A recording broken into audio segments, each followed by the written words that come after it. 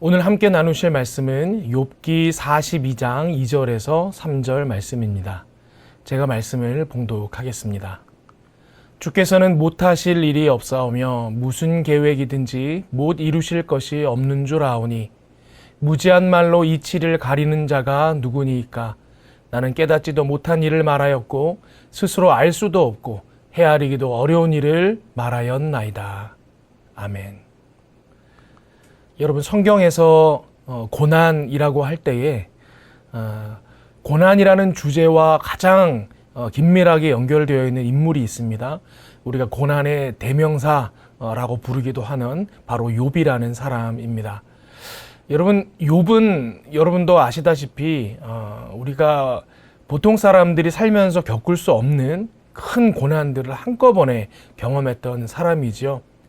그래서 욥기 전체에 걸쳐서 욥이 겪는 심경의 어려움들이 기록되어 있을 때에 우리가 그 이야기들을 읽으면서 우리 또한 삶에서 이러한 고난을 만난다면 이 문제들을 신앙인으로서 어떻게 해결해야 될까라는 고민들을 하게 됩니다. 먼저 욥기서에 있는 이 욥의 그 고민들, 또 고난을 만나서 그가 그 문제를 해결해 나가는 과정들을 보면 첫 번째 만나는 장애물을 우리가 발견할 수 있게 됩니다. 욥은 자신이 겪은 고난을 이해할 수 없었습니다. 여러분, 그도 그럴 것이 한순간에 그가 평생을 일구어 얻어낸 모든 재산을 다 잃어버렸습니다. 그리고 그의 모든 가족들을 다 잃어버렸습니다. 여러분, 오늘날에도 그러한 큰 어려움을 맞게 된다면 쉽게 그 고난을 이해하거나 받아들일 수 있는 사람은 없을 것이다, 그렇게 생각합니다. 욥 또한 자신이 만나는 그러한 고난을 이해할 수 없었습니다. 게다가 욥이 자신의 삶에서 만나는 이러한 고난들을 이해할 수 없는 이유가 또 한 가지 있었는데, 당시 시대적인 이해 때문입니다. 여러분, 욥은 아브라함과 같이 족장 시대에 살았던 인물이다라고 성경학자들이 보통 보고 있습니다.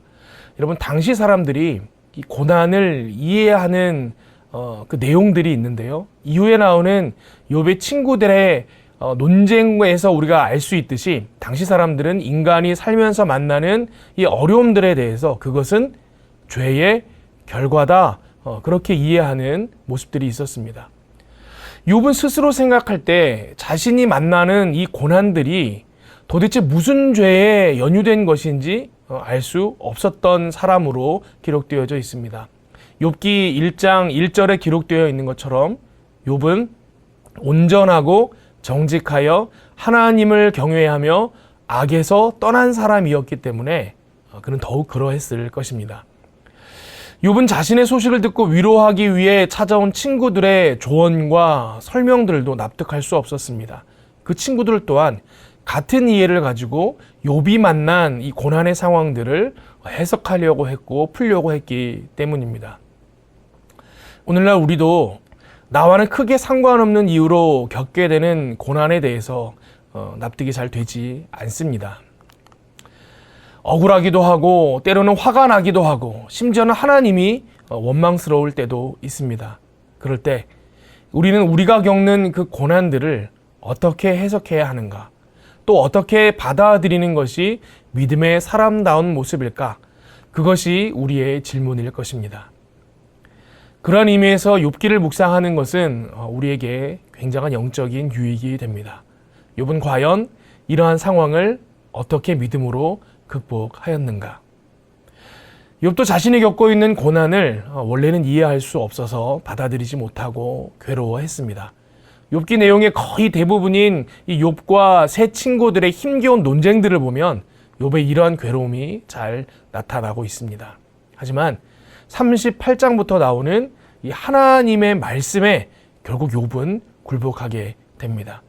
하나님께서 욥에게 임하셔서 말씀하시기를, 네가 우주의 이치를 이해하는 것이 있느냐? 온 이 지구에 있는 모든 피조물들에게서 일어나는 일들에 대해서 네가 제대로 깨닫고 이해하는 것이 있느냐? 라는 질문들로 쭉 하나님께서 욥에게 말씀하시는 내용이 나옵니다. 주권에 하나님께서 하시는 일을 납득할 수 없다며 여러분 자신의 온전함을 주장하던 욥은 이제 하나님이 틀린 것이 아니라 자신이 틀린 것이라는 것을 하나님의 말씀을 통해 깨닫게 되는 것이죠. 내가 이해할 수 없다고 하여 하나님의 하시는 일이 잘못되었다고는 할 수 없습니다. 여러분, 그렇게 생각한다면 그것은 교만이고 하나님의 주권을 인정하지 않는 죄입니다. 그래서 이제 욥은 자신의 모든 말과 생각에 대하여 하나님께 회개합니다. 오늘 읽은 우리 본문이 욥의 깨달음에 대한 내용을 언급합니다. 그리고 욥의 이 욥기의 마지막 내용은 그 모든 회개 이후에 하나님 앞에 드리는 제사와 예배의 모습을 담고 있습니다. 이 모든 욥의 이야기들을 보게 될 때에 서두의 1장에 나왔던 욥의 고백, 욥기 1장 21절에 주시니도 여호와시요 거두시니도 여호와시니, 이러한 서두의 고백이 이제야 진정한 욥 자신의 신앙 고백이 되었다는 것을 우리가 알게 됩니다. 이 세상에 어떠한 지혜로운 사람도 하나님보다 지혜로울 수 없습니다. 이 세상에 어떠한 의로운 사람 또한 하나님보다 더 의로울 수는 없는 것입니다. 언제나 의로우신 하나님, 모든 지혜 하나님께서 내 인생에 허락하신 일이라면 그 일에도 하나님의 의로우심과 온전하신 지혜가 있음을 깨닫는 것, 그래서 그 고난 속에서도 하나님을 경외하여 순종할 수 있는 것, 그것이 믿음의 사람의 모습인 것입니다.